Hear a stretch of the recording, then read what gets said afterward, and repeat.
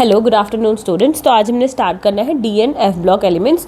तो D and F block elements के मैंने नोट्स भी आपको भेज दिया है, साथ के साथ आप उसे ओपन भी कर लो। और कुछ ऐसे टॉपिक्स थे जो हमने अपने लास्ट क्लास में पहले डिस्कस भी किया था, तो मैंने कुछ पॉइंट्स को वैसे नोट भी कर लिया है ताकि कोई पॉइंट मिस ना हो आपको बताने वक्त।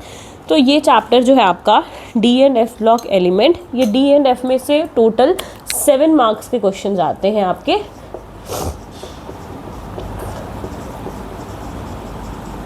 ठीक है, कितने मार्क्स के आते हैं? टोटल 7 मार्क्स का क्वेश्चन आपका बनता है। मेजॉरिटी वाली चीज़ें इसमें क्या है, थ्योरेटिकल चीज़ें हैं और थोड़ी सी लर्निंग वाली चीज़ें आपकी कवर करते हैं।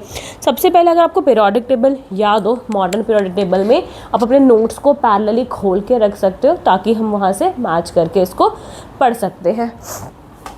ठीक है, तो सबसे पहले हमारे पास इस साइड जो आता है वो कौन सा ब्लॉक होता है? S block element. इधर कौन से एलिमेंट्स होते हैं? पी ब्लॉक एलिमेंट्स, जो आप +1 में पढ़ चुके हैं।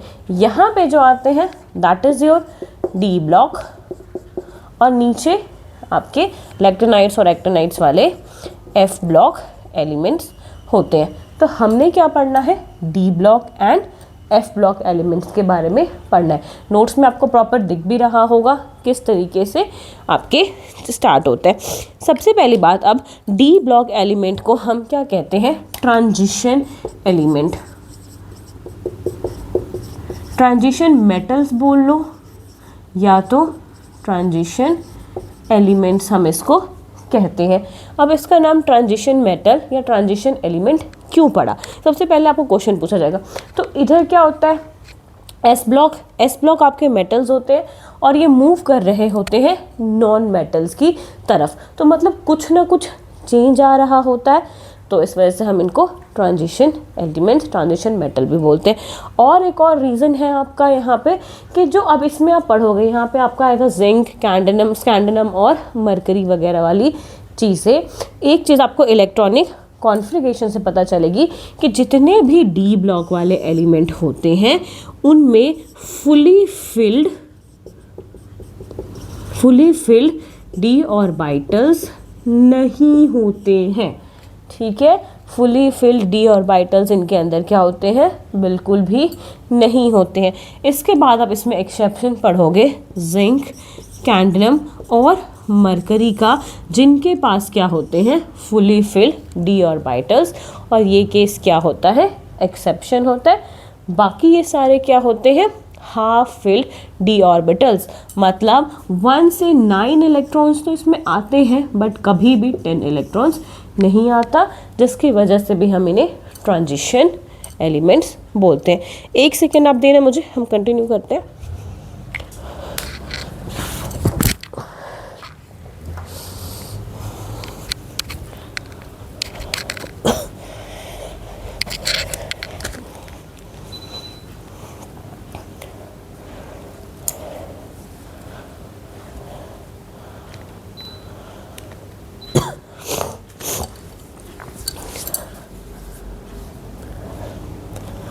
हाँ जी, चलिए, यहाँ तक आपको नोट्स में मिल गया होगा। फ्रंट पेज पे ही आपको इन सारी चीज़ों की डिस्क्रिप्शन मेंशन होगी, किस तरीके से क्या क्या चीज़ होता है।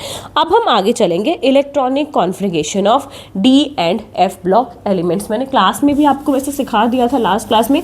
जो बच्चे नहीं आए थे वो यहाँ से इलेक्ट्रॉनिक कॉन्फ़िगरेशंस अभी देखेंगे और अपनी नोटबुक में दोबारा से करेंगे। ठीक है, जिन्होंने नहीं भी किया है वो भी दोबारा से करोगे। मोस्टली आपको 3D वाले तो सारे के सारे इलेक्ट्रॉनिक कॉन्फ़िगरेशंस आने ही चाहिए।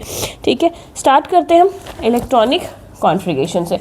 मैं यहाँ पे ई डॉट कॉन्फ़िगरेशन लिख रही हूँ, मतलब आपका इलेक्ट्रॉनिक कॉन्फ़िगरेशन है।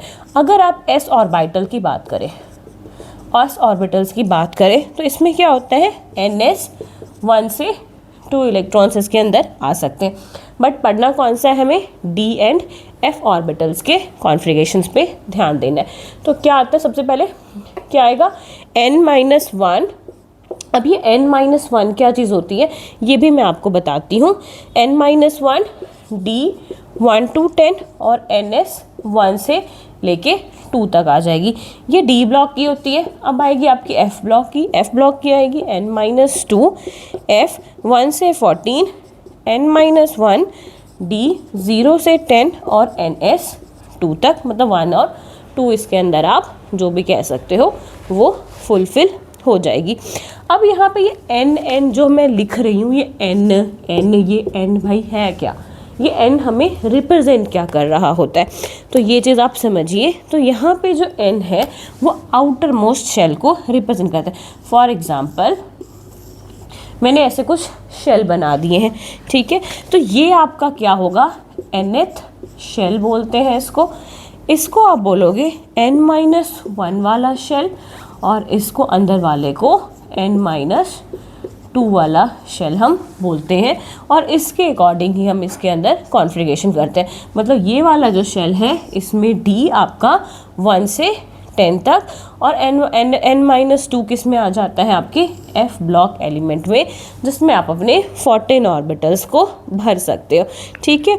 इसको हम बोलते हैं पेनिल्टीमेट शेल, और इसको बोलते हैं एंटी पेनिल्टीमेट शेल बोला करते हैं। नेम है आपके नोट्स में प्रॉपर वो मेंशन भी है, पेनिल्टीमेट शेल और एंटी पेनिल्टीमेट शेल्स क्या होते हैं। अब आप अपने नोट्स में नेक्स्ट पेज पे मूव करके निकालिए चार्ट, जहाँ पे आपको कॉन्फ़िगरेशन कर रखा है 21 से 30 एलिमेंट्स की। पहले आपको करनी भी है, मैं आपको रिमाइंड करवा दूँ किस तरीके से कॉन्फ़िगरेशंस करते हैं। 11th में हमने किया था, एजीमुथल प्रिंसिपल्स वगैरह सारा आपको लर्न होगा किस तरीके से ऑर्बिटल्स भरने हैं। SSP, SPS, DPS, DPS और FDPS, ठीक है, मतलब यही कर देना 1S 2S, उसके बाद 2P, फिर इस तरीके से हम अपना जो चला रहे होते थे, पूरा इसी पैटर्न पे फॉलो होता है। तो अब आपने क्या करना है, वीडियो को पॉज करना है। पॉज करने के बाद सबसे पहले 21 से 30 एलिमेंट की इलेक्ट्रॉनिक कॉन्फ़िगरेशन लिख देनी है, जैसे आप लिखते हो ना आर्गन 18, फिर 3S, वैसे आपको करने लगना है कि 3S 3D10 3D1 आएगा, 4S2 आएगा, जो भी आपको कॉन्फ़िगरेशन लगती है। मैं यहाँ पे कुछ भी नहीं बताऊँगी, करके आप रखेंगे, चार्ट से मैच करेंगे, कोई डाउट होगा तो मैं उसको क्लियर करूँगी। चलिए फटाफट कॉन्फ़िगरेशन पहले करते हैं, फिर हम आगे मूव करते हैं। चलो जल्दी फटाफट configuration, hurry up students.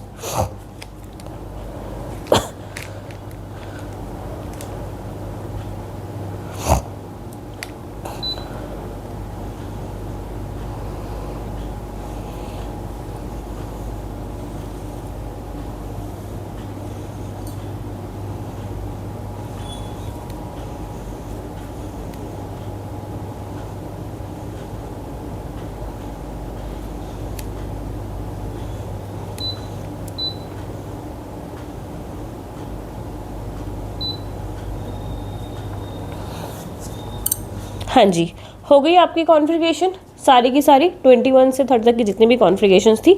Hope so आप वहाँ पे पहुँच गए होंगे। तो अब कॉन्फ़िगरेशन में आपको 11th में भी बताया गया होगा और 12th में भी हम बताएंगे कि क्या चीज़ एक्सेप्शंस होती हैं, ठीक है। इसमें से आपके पास एक्सेप्शंस आ गए होंगे कॉपर, अब अपनी कॉपर की और हमारे पास क्रोमियम की कॉन्फ़िगरेशंस को चेक करेंगे आप।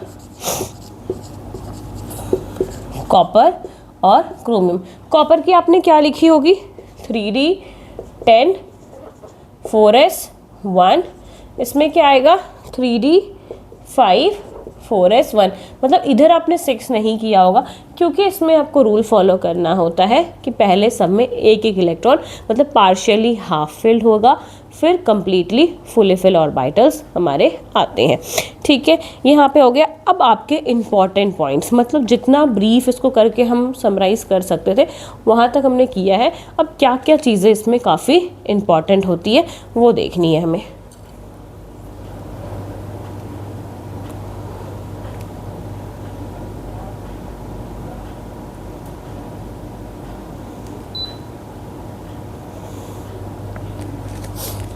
ठीक है, चलिए मूव करते हैं। इम्पॉर्टेंट पॉइंट कौन कौन से आते हैं यहाँ तक, होप सो आप सबको सारी चीज़ें क्लियर होती जाएंगी।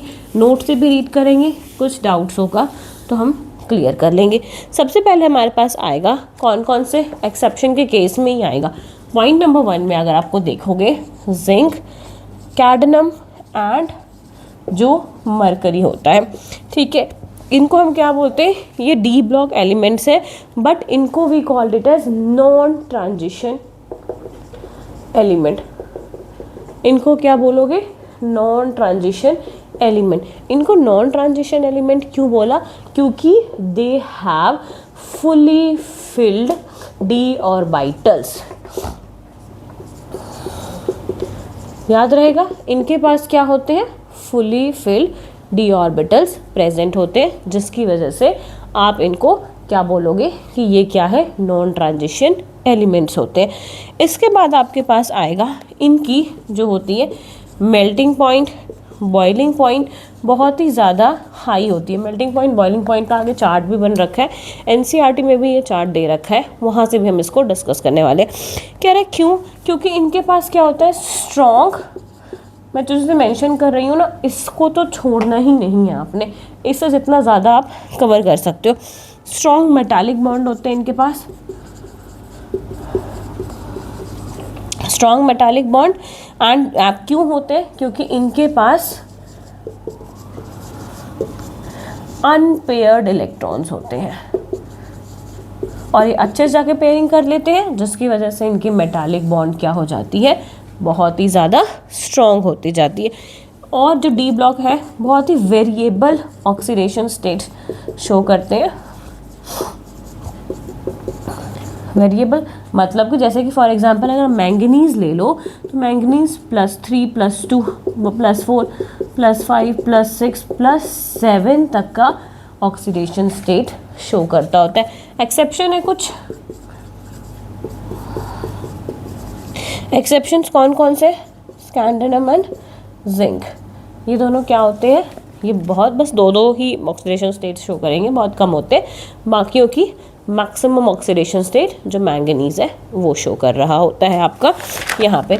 इसके साथ हम पढ़ेंगे अब एंथैल्पी ऑफ एटमाइजेशंस क्या होती है, एटॉमिक रेडियस कैसी चीज़ें होती हैं, वो सारी की सारी डिस्कस करनी है हमें। तो नेक्स्ट हम यहाँ तक आपको समझ आ गया कि पहले point D and F block element के लिए ये 3 जो होते हैं नॉन ट्रांजिशन एलिमेंट होते हैं। मेल्टिंग बॉइलिंग पॉइंट काफ़ी हाई होती है क्योंकि इनके पास अनपेयर्ड इलेक्ट्रॉन्स होते हैं, पेयरिंग करके बहुत स्ट्रॉन्ग मेटालिक बॉन्ड बना देते हैं।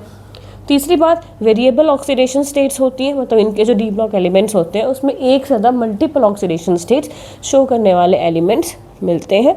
और इसके बाद एक्सेप्शन है यहाँ पे हमारे पास स्कैंडिनम और जिंक का। ठीक है, आज मेरी आवाज़ थोड़ी सी भारी लग रही होगी बट लेट्स मैनेज, हम कर लेंगे सारा। फिर हमारे पास आएगा एंथैल्पी ऑफ एटमाइजेशन। अभी एंथैल्पी ऑफ एटमाइजेशन होता क्या, ये पूछा है क्वेश्चन, एंथैल्पी ऑफ एटमाइजेशन है क्या, चलिए उसको डिस्कस करते हैं हम। पहले स्पेलिंग आप देखते जाएंगे, शायद थोड़ी सी गलती हो सकती है। पहले होता है एंथैल्पी ऑफ एटमाइजेशन, बोलते हैं कि हाई होती है। अब हम पहले कुछ बच्चों को समझ तो आए पहले कि एंथैल्पी ऑफ एटमाइजेशन का मतलब समझो कि एटम को क्या कर दिया मैंने, तोड़ दिया, छोटे छोटे टुकड़ों में क्या कर दिया मैंने, एटम को तोड़ दिया। ठीक है, अब एटम को तोड़ने के लिए तोड़ूंगी तो उसमें से क्या निकलेगी, कुछ ना कुछ एनर्जीज निकलेंगी। तो atom of enthalpy of atomization में जो एटम को ब्रेक करेंगे हम, ब्रेक करने के लिए जितनी एनर्जी रिक्वायर्ड होगी उतनी ही, उसी एनर्जी को हम क्या कहते हैं, एंथैल्पी ऑफ एटमाइजेशन। जो एनर्जी आपको देनी पड़ेगी उस एटम को ब्रेक करने के लिए। ठीक है, अब अगर फॉर एग्जांपल मैं ले लेती हूँ आयरन ले लेती हूँ, ठीक है, अब इसके अंदर बहुत सारे एलिमेंट्स पड़े होंगे आयरन के, आयरन आयरन आयरन आयरन बहुत सारे। अब इन एटम्स के बीच में क्या होता है, स्ट्रॉन्ग इंट्रैक्शंस होती है, बहुत ही ज़्यादा एटम एटम इंट्रैक्शंस जो होती है ना, इनके बीच में जो एटम इंट्रैक्शन होगी बहुत ही ज़्यादा हाई होती है।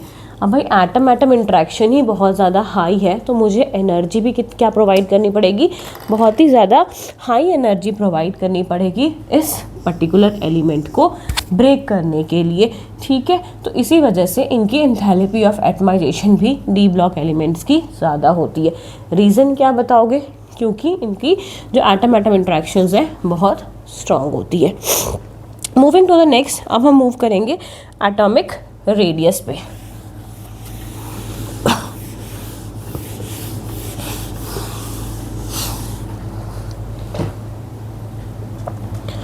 एटॉमिक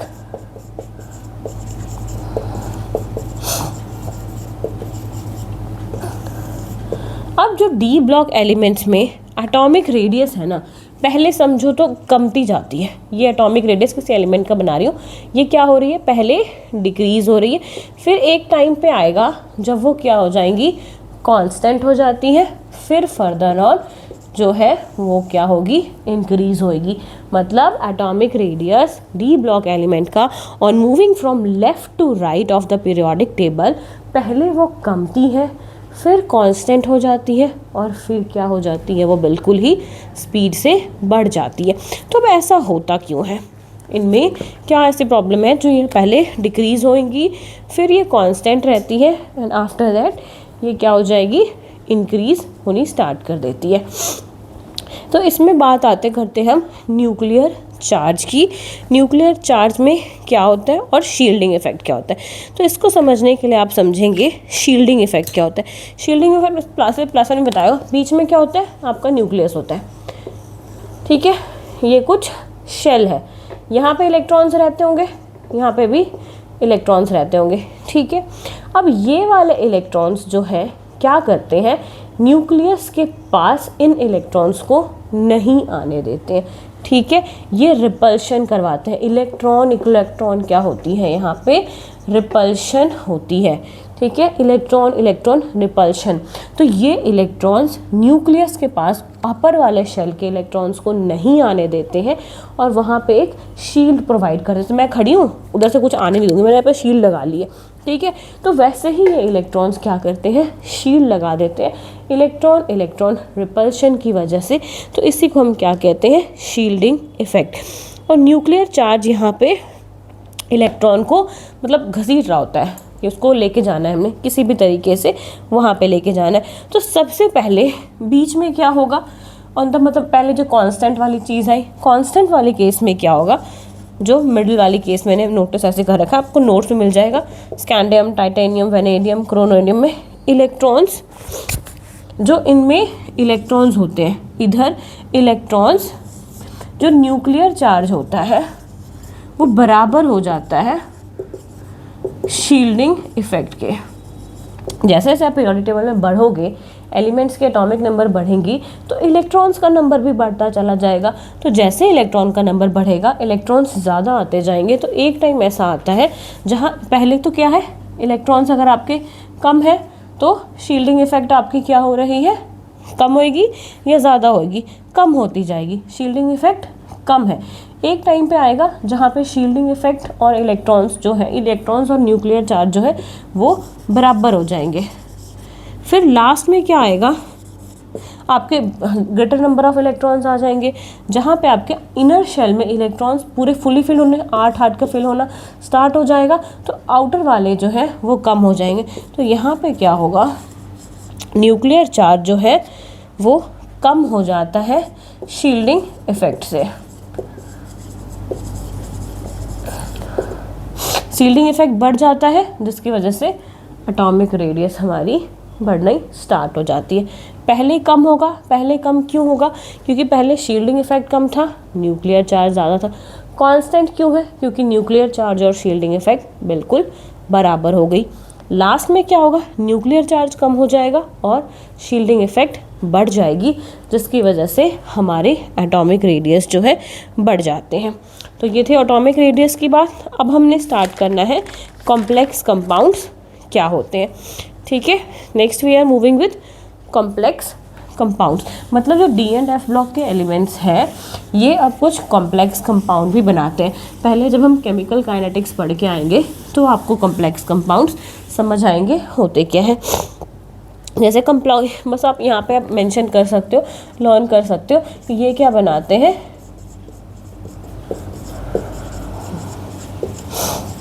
कुछ ना कुछ हमारे कॉम्प्लेक्स कंपाउंड्स भी फॉर्म करते हैं, कॉम्प्लेक्स कंपाउंड्स फॉर्म करते हैं। अब ये कॉम्प्लेक्स कंपाउंड क्यों बनाते हैं, रीज़न पूछेगा आपसे कि भाई इसमें क्या है जो ये कॉम्प्लेक्स कंपाउंड बनाते हैं। तो आप बताओगे पहले high nuclear charge, high nuclear charge, small size होता है आपका आयनिक बॉन्ड का, और तीसरा होता है empty D orbitals. Fully filled D orbitals नहीं होते हैं, बस कुछ एक्सेप्शंस ही हैं जिनके पास फुली फिल्ड डी ऑर्बिटल्स आते हैं, जिसकी वजह से D and F block elements हमारे कॉम्प्लेक्स कंपाउंड फॉर्म कर रहे होते हैं। ठीक है, high nuclear charge, small in size, empty D orbitals. इसके बाद आपको बताया जाएगा कि जो डी ब्लॉक के एलिमेंट्स होते हैं वो कलर्ड कंपाउंड भी फॉर्म करते हैं। कलर कंपाउंड्स ऑल्सो फॉर्म, मतलब ये कलर्ड कंपाउंड भी फॉर्म करना शो करते हैं। तो कलर कंपाउंड क्यों करते हैं? अगर आप ट्रांजिशन एलिमेंट्स की बात करेंगे तो इसमें बनेंगे फिर ये। अब क्या हो गया, इनके पास क्या होते हैं, अनपेयर्ड इलेक्ट्रॉन्स होते हैं। वो अनपेयर्ड इलेक्ट्रॉन्स कई बार इधर जंप कर जाते हैं, कई बार इधर जंप कर जाते हैं। मतलब आप पढ़ोगे crystal field theory,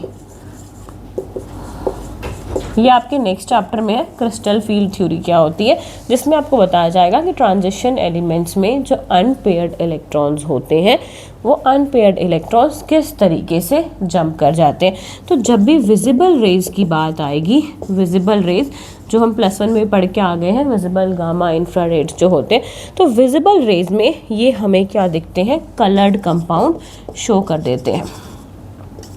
main reason आपने क्या याद रखना है कि इसमें क्या होते हैं, डी ब्लॉक एलिमेंट्स में अनपेयर्ड इलेक्ट्रॉन्स होते हैं। वो अनपेयर्ड इलेक्ट्रॉन्स जंप करके दूसरे ऑर्बिटल शेल्स में भी चले जाते हैं और वहाँ पे एक क्रिस्टल फील्ड थ्योरी जो नेक्स्ट चैप्टर में आने वाली है, वहाँ से हमें ये चीज़ें पूरी क्लियर हो जाएगी। नेक्स्ट मूव करेंगे हम, और ये भी चीज़ बताई गई है कि left to right ionization enthalpy के बारे में। तो पहले हम करते हैं अपनी आयनाइजेशन एंथैल्पी क्या होती है।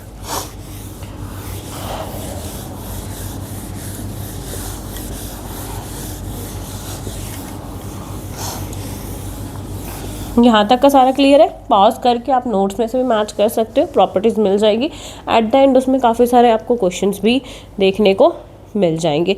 जैसे कि अब हम लेफ्ट राइट में पीरियोडिक टेबल मूव करेंगे, पहले आयनाइजेशन एंथैल्पी होती क्या है।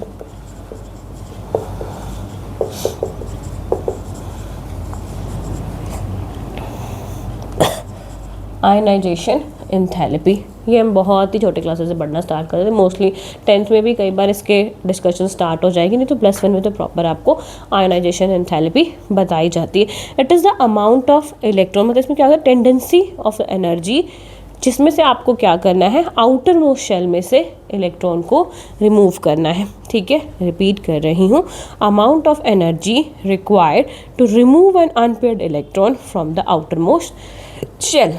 ठीक है, तो आयनाइजेशन एंथैल्पी कह रही है हाई किसकी होगी, मतलब सब में तो अनपेयर्ड इलेक्ट्रॉन है, मतलब मोस्टली डी ऑर्बिटल्स में अगर आप देखोगे तो इसमें आपको अनपेयर्ड इलेक्ट्रॉन्स मिलेंगे ही मिलेंगे। ठीक है, अनपेयर्ड इलेक्ट्रॉन्स, बट क्या है, जिंक, कैडमियम और मरकरी जो होता है, इनके पास क्या होगा, फुली फिल्ड डी ऑर्बिटल्स होते हैं, फुली फिल्ड।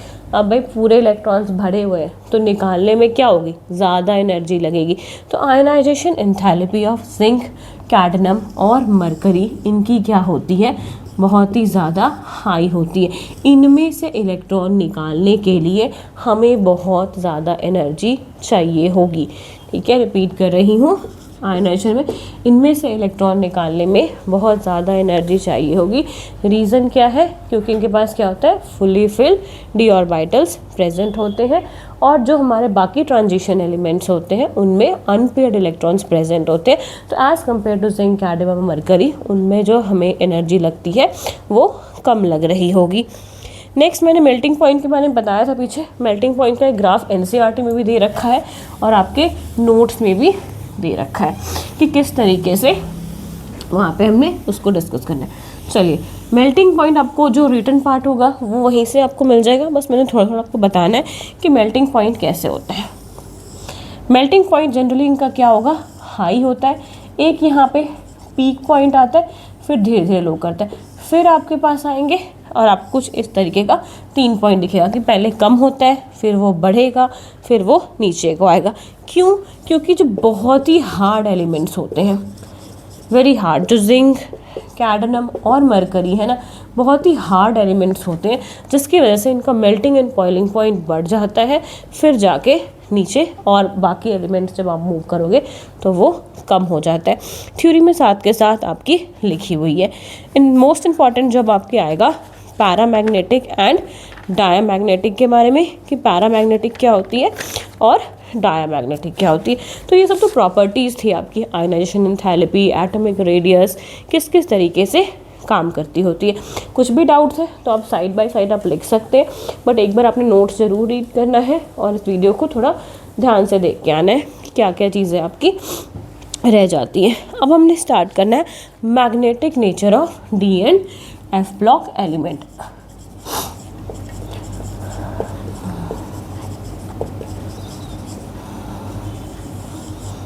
मैग्नेटिक नेचर क्या होता है? तो दो टाइप के मैग्नेटिक नेचर होते हैं, paramagnetic and diamagnetic. Para and, ठीक है। अब इसको आप कैसे समझ सकते हो? जो हमारे पास पैरामैग्नेटिक ऐसे एलिमेंट होंगे जो वीकली अट्रैक्ट होंगे, weakly attract to magnetic field, ठीक है। और ये क्या करेंगे? रिपल्शन शो करते हैं। डायामैग्नेटिक रिपल्शन शो करते हैं टू मैग्नेटिक फील्ड, ठीक है। और एक डेफिनेशन लर्न करना चाहो, इसमें क्या होंगे? अनपेयर्ड इलेक्ट्रॉन्स होते हैं और इनमें डाया मतलब क्या होता है? हमेशा 2। तो इसमें क्या होगा?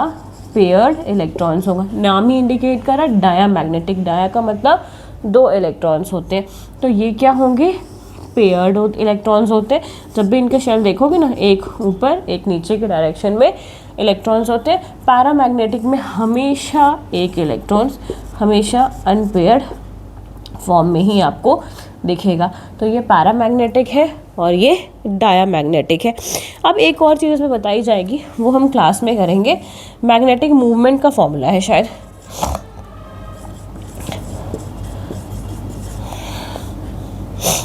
मोमेंट किस तरीके से निकालते, इसका फॉर्मूला होता है mu is equals to under root n, n plus 2, और इसकी यूनिट होती है बोहर मैग्नेटॉन, ठीक है। और इसमें यहाँ पे ये जो n है वो रिप्रेजेंट करता है नंबर ऑफ अनपेयर्ड इलेक्ट्रॉन्स को, इसको करता है नंबर ऑफ अनपेयर्ड इलेक्ट्रॉन्स को रिप्रेजेंट कर रहा होता है, ठीक है।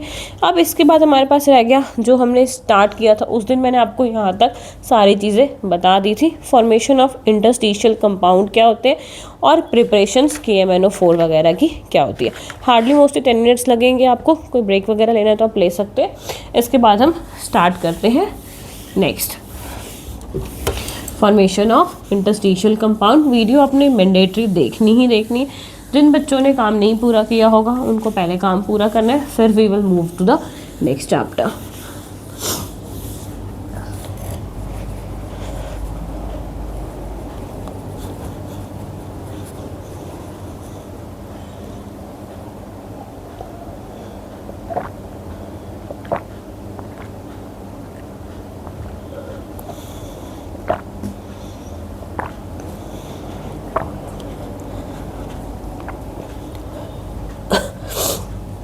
चलिए बच्चे स्टार्ट करते हैं हम। Formation of coloured compound, coloured compound वाला भी चार्ट बना हुआ है आपकी कॉपी में, वहाँ से देखो। उसको थोड़ा सा समझाना है कि कलर्ड कंपाउंड में ये किस तरीके से काम करते हैं।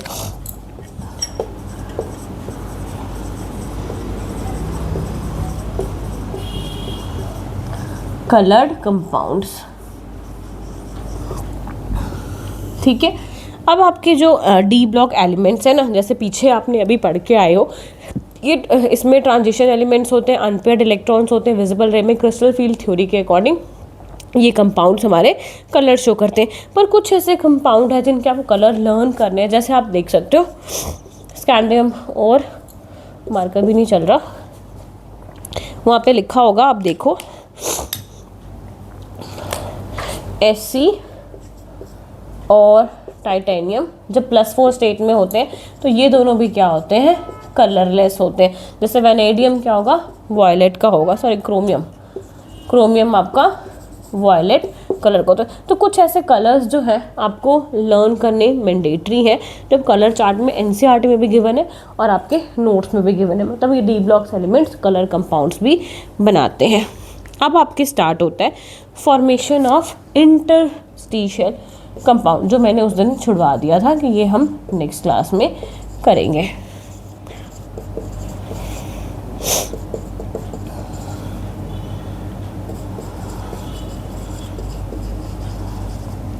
ठीक है, इंटरस्टिशियल कंपाउंड क्या होते हैं, जैसे कि आपके हाइड्रोजन, कार्बन, नाइट्रोजन, कुछ ऐसे एलिमेंट अगर आपके ट्रैप्ड हो जाते हैं इन क्रिस्टल लैटिस समझते हो ना, छोटी क्लास में NaCl का बनाते थे हम क्रिस्टल लैटिस का, सोडियम है, क्लोरीन है, उनका स्ट्रक्चर ऐसे क्रिस्टल लैटिस का स्ट्रक्चर पूरा बना रहे होते थे प्रॉपर। अब इन क्रिस्टल लैटिस में अगर वो क्या करेंगे, बीच में कुछ हाइड्रोजन या कोई एलिमेंट्स, ये तीनों सिंगल एलिमेंट्स में से कुछ ट्रैप हो जाते हैं। किसके अंदर ट्रैप हो जा रहे हैं, एक क्रिस्टल लैटिस के अंदर। अगर क्रिस्टल लैटिस के अंदर वो चीज़ें ट्रैप हो जाती हैं तो उसको ही हम क्या कहते हैं, कौन सा कंपाउंड बन जाएगा, इंटरस्टिशियल कंपाउंड।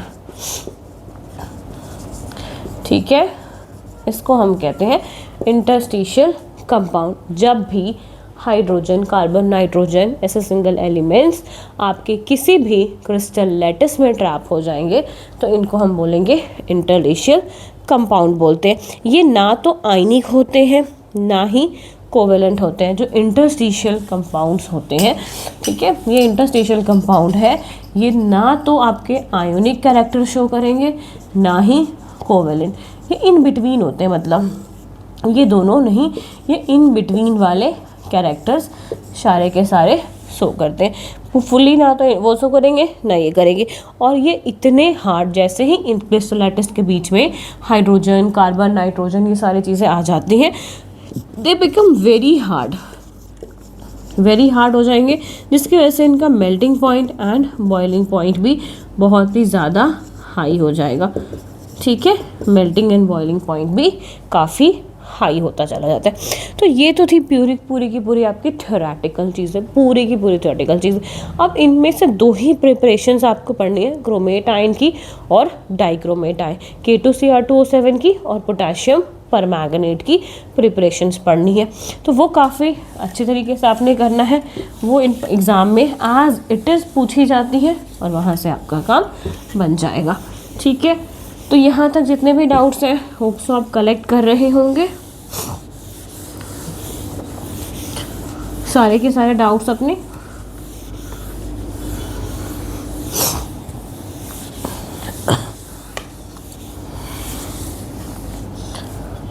चलिए अब हमारे पास आते हैं कि क्या क्या होते हैं, और वो केमिकली इनर्ट भी होते थे, जो हमने बताया आपको इंटरस्टिशियल कंपाउंड के बारे में। High melting point, boiling point तो होते ही हैं, उसके साथ साथ they are chemically inert also. अब हम बात करेंगे क्रोमेट, ऑक्सीजन एक बैक साइड में होता है समझो तो, और एक इधर होता है ऑक्सीजन। ठीक है, ये क्या है आपका क्रोमेट, 2 नेगेटिव। ठीक है, एक और बनाती हूँ आपकी क्रोमाइट, Cr है, फिर O, तीनों स्ट्रक्चर मिल जाएगा आपको 126 डिग्री पे, यहाँ पे ऑक्सीजन के साथ वो कंबाइन होता है, ये भी 2 नेगेटिव। ठीक है, अब एक चीज़ आप याद रखना, क्रोमाइट से क्रोमेट बनता है और क्रोमेट से डाइक्रोमेट बनता है। क्रोमाइट से क्रोमेट और क्रोमेट से डाइक्रोमेट, ये लाइन आपने नहीं भूलनी है। ठीक है, रिपीट कर रही हूँ, क्रोमाइट से क्रोमेट और क्रोमेट से डाइक्रोमेट जो है आपका फॉर्म होता है। तो अब हमें पता करना है जो K2Cr2O7 होता है, वो K2Cr2 ये बहुत इम्पॉर्टेंट आप कह सकते हो चीज़ है, जो लेदर इंडस्ट्री में सबसे ज़्यादा यूज़ की जाती है। ठीक है, Cr2O7 ये लेदर लेदर इंडस्ट्री में काम आती है। तो इसको हम क्या करते हैं, केमिकली सिंथेसाइज्ड करते हैं और लेदर इंडस्ट्री के लिए मैन्युफैक्चर्स करते हैं। तो हमें डाइक्रोमेट बनाना है, ठीक है, पोटाशियम डाइक्रोमेट ही है ये। तो पोटाशियम डाइक्रोमेट को हम कैसे बनाएंगे, क्रोमेट से बनाएंगे, ठीक है। यही प्रिपरेशन आपको सिखानी है। डाइक्रोमेट किससे बनाएंगे, क्रोमेट से बनाएंगे। तो अब एक एक स्टेप आपने देखना है कि अगर आपको नोट्स में कुछ ना समझ है तो आप एटलीस्ट ये वाले स्टेप्स एग्जाम्स में लिख के आ पाएंगे, ठीक है। चलिए, सबसे पहला स्टेप 2-3 स्टेप में समझाएंगे कि अगर आपको क्या बनाना है, डाइक्रोमेट। तो स्टेप नंबर 1, इसमें सबसे पहले आपको लेना पड़ेगा फेरोक्रोमेट का ओर लेना पड़ेगा आपको। लिखा भी होगा उसके अंदर FeCr2O4। इसको हम बोलते हैं, अगर आप सिंबल में दिक्कत ना हो, ये Fe दैट इज आयरन, इसको हम बोलते हैं फेरोक्रोमेट ओर, ठीक है। एक ओर लेके आए हो जिसके अंदर आपने क्या मिलाना है, सोडियम कार्बोनेट। इसको क्या कहते हैं आप, सोडियम कार्बोनेट, और बहुत सारा ऑक्सीजन मिला देना है। जैसे ही हम इसमें बहुत सारा ऑक्सीजन मिलाएंगे तो ये हमें देगा सोडियम क्रोमेट बना के। ये क्या देगा, सोडियम क्रोमेट। मतलब क्या किया, वापस से रिपीट करते हैं। फेरोक्रोमेट और लिया, उसमें सोडियम क्रोमेट, बहुत सारा ऑक्सीजन मिलाया, और ये हमें सोडियम कार्बोनेट में बहुत सारा ऑक्सीजन मिलाया तो हमें सोडियम क्रोमेट दे दिया। लर्न करना, ये सोडियम क्रोमेट क्या होता है, येलो कलर का होता है, जिसको हम फिल्टर करके निकाल लेते हैं, ठीक है। इसके साथ साथ आपको कुछ आयरन ऑक्साइड और कार्बन डाइऑक्साइड गैस भी मिल जाती है। अब इसको हम क्या करेंगे, एसिडिफाई कर देंगे, ठीक है। इसको हम क्या करेंगे, एसिडिफाई करेंगे। इसको हम क्या कर रहे हैं, एसिडिफाई करें, मतलब स्टेप नंबर 2 पे हम पहुंच गए। तो ये क्या है, 2Na2Cr O4, ये जिसको हमने फिल्टर करके रख लिया। इसमें हम क्या करेंगे, एसिड मिला रहे हैं, देख रहे हो, एसिडिफाई। ये हम क्या कर रहे हैं, एसिड मिला रहे हैं। एसिड मिलाने के बाद बन जाएगा हमारे पास सोडियम डाइक्रोमेट, ठीक है। पर हमें क्या बनाना है, पोटाशियम डाइक्रोमेट। ये क्या बन गया, डाइक्रोमेट, ठीक है, plus 2Na positive plus H2O। ये क्या बन गया आपका, सोडियम डाइक्रोमेट। अब सोडियम डाइक्रोमेट में स्टेप नंबर 3 में हम क्या मिलाएंगे, KCl मिलाएंगे। KCl बहुत ही ज़्यादा सॉल्युबल होता है सोडियम डाइक्रोमेट में, ठीक है। क्या ऐड करने वाले हैं, KCl ऐड करने वाले। तो ले लो sodium dichromate, Na2Cr2O7 plus 2 KCl gives us K2Cr2O7 plus 2 NaCl का मॉलिक्यूल। तो यहाँ पे आपको पोटाशियम डाइक्रोमेट बन के हो गया, ठीक है। पहले क्रोमेट बना, क्रोमेट से डाइक्रोमेट, और जोन सा क्रोमेट हमें बनाना था, इट इज पोटाशियम डाइक्रोमेट। यहाँ पे हमने बना के रेडी कर दिया, और ये होता है ऑरेंज कलर का, ठीक है। पोटाशियम डाइक्रोमेट थोड़ा सा हमें यहाँ पे ऑरेंजिश कलर का मिलता होता है, ठीक है। ओवरऑल नेट रिएक्शंस वगैरह इसकी क्या होती है, एक एक रिएक्शंस जो मैं बोर्ड पे लिख रही हूँ इनको आप छोड़ ही नहीं सकते। ये तीनों की तीनों रिएक्शंस आपको एज इट इज़ लर्न होनी चाहिए। मूविंग टू द नेक्स्ट,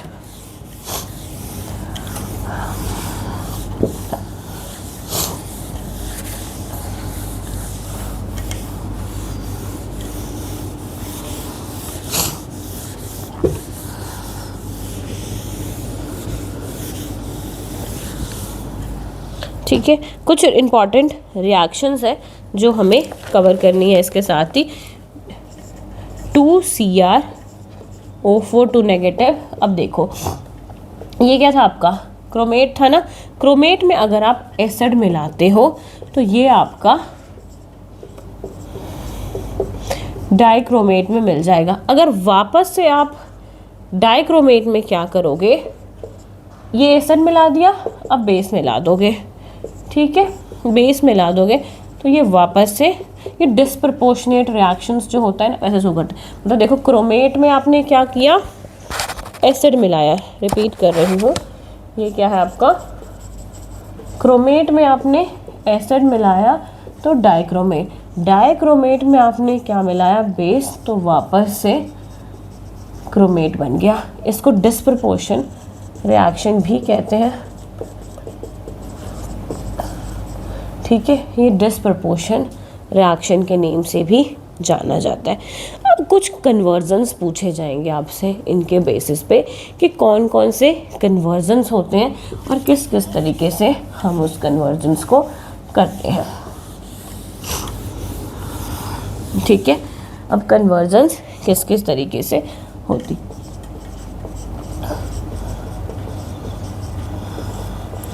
अगर आप देखोगे ये I को I2 में कन्वर्ट कर देता है, ठीक है।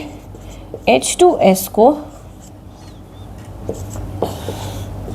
H positive plus 3 plus 6 electron में कन्वर्ट कर देता है।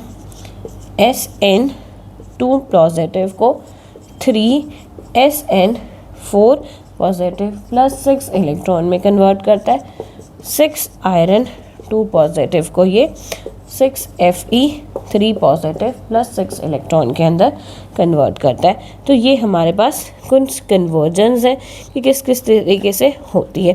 एक फाइनल रिएक्शंस हैं आपके किस किस तरीके से होता है, तो वो है Cr2O7 2 negative plus 14H positive gives us 6 electrons 2Cr3 positive plus 6 Fe3 positive plus 7 H2O।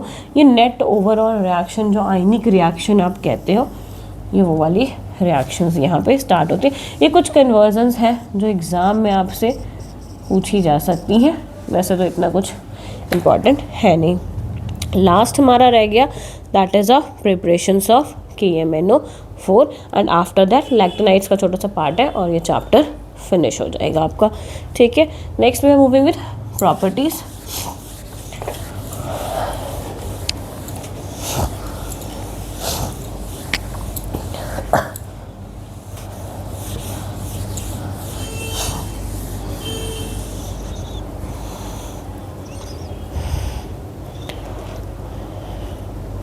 चलिए प्रिपरेशन सब हम करेंगे KMnO4 की।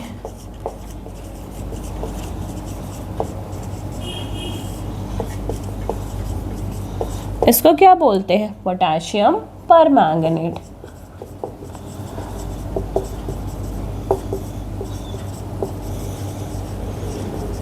पोटेशियम परमैंगनेट, तो उसमें तो आपको सोडियम कार्बोनेट चाहिए था, फिर सोडियम डाइक्रोमेट क्रोमेट बना, फिर सोडियम डाइक्रोमेट बना, फिर अल्टीमेटली लास्ट में जाके आपका पोटेशियम क्रोमेट बना था।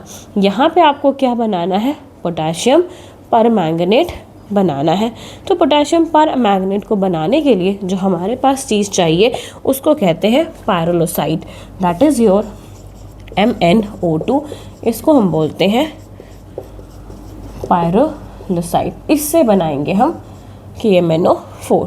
तो सबसे पहला स्टेप ये क्या ले लिया, पायरोलोसाइट ले लिया। इसमें हमने बेस मिला दिया है, कोई भी देख सकते हो, बेसिक चीज़ मिला दी है, ऑक्सीजन मिला दिया है। तो हमारे पास बनता है K2MnO4 प्लस 2 वाटर के मॉलिक्यूल्स। फिर ये हमारे पास वही हम पायरोलोसाइट लेंगे, प्लस इसमें हम क्या करेंगे, एसिडिफाइड, इस टाइम क्या देखो एसिडिफाई किया है इसको, ये बनाएगा MnO2 प्लस 2H2O, ठीक है। अब यहाँ पे आपको इम्पॉर्टेंटली क्या याद रखना है कि किस किस तरीके से बना, इम्पॉर्टेंट ऑक्सीडाइजिंग एजेंट रिएक्शंस हमारे पास KMnO4 यहाँ पे हमने पहले ही पायरोलोसाइट से बना दिया। अगर वापस से इस पायरोलोसाइट में बेस डाला ना, ये पायरोलोसाइट था, इसके अंदर बेस डाला तो क्या बन गया हमारे पास, परमैंगनेट बन के तैयार हो गया, ठीक है। अगर इसी पायरोलोसाइट में आप एसिडिक डालोगे तो तो वापस से ये पैरेलल साइड बन के हमारा निकल जाता है। ये वापस से सेम एक डिस्प्रपोर्शनेट रिएक्शन है जो इन्वर्स अपोजिट एक दूसरे का शो कर रहा होता है। ठीक है, अब आपका अगर इम्पॉर्टेंट ऑक्सीडाइजिंग एजेंट्स एक टॉपिक होगा आपका, ये प्रॉपर नोट से पढ़ना है, नाम ही लर्न करने आपके। इम्पॉर्टेंट ऑक्सीडाइजिंग एजेंट, ये आपको जो मैंने नोट्स भेजे हैं आप वहाँ से इसको पढ़ेंगे। ठीक है, इम्पॉर्टेंट ऑक्सीडाइजिंग एजेंट। लास्ट आपका आता है F block, that is your lanthanides और एक्टेनाइड्स।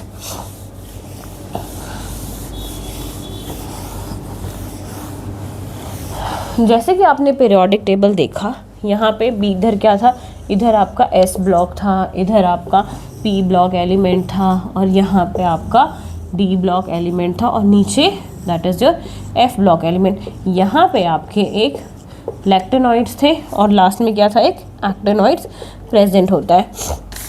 ठीक है, यही था ना आपका लैक्टेनॉइड्स और एक्टेनॉइड्स। तो लैक्टेनॉइड्स जो होते हैं उसमें फर्दर 14 लैक्टम्स होते हैं, लैंथेनम होते हैं और एक्टेनॉइड्स में 14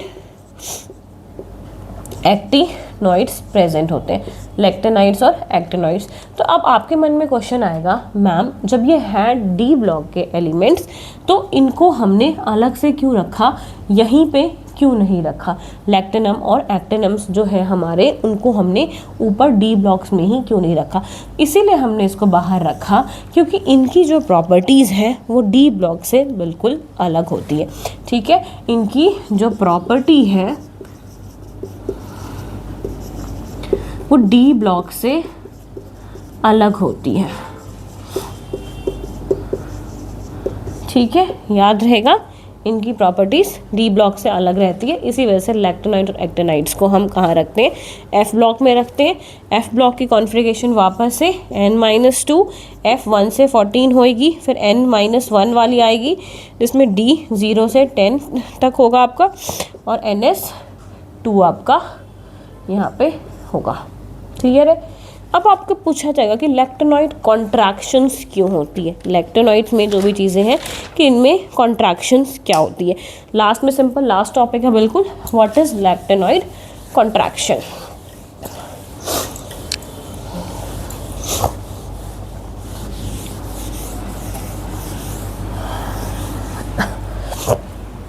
जो लैंथेनम कॉन्ट्रैक्शंस होंगी उनकी बात करने वाले हैं हम।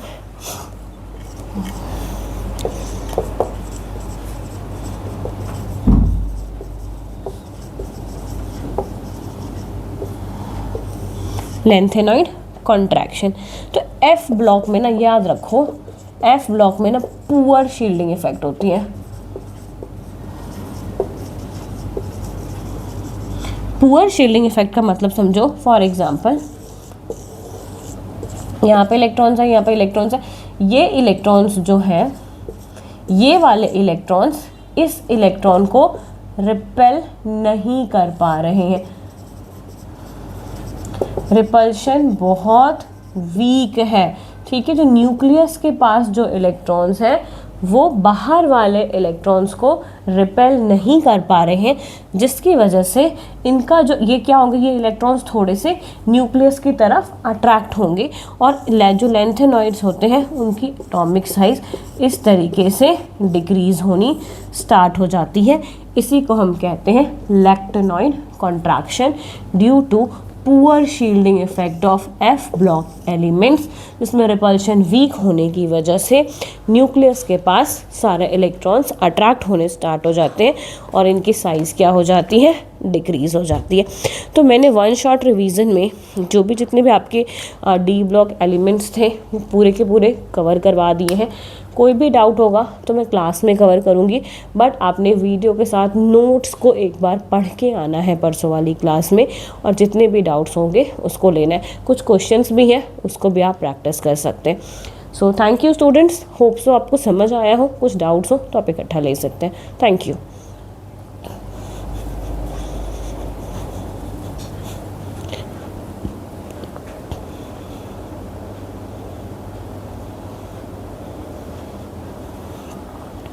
नोट्स आपने पूरे कर लेने हैं।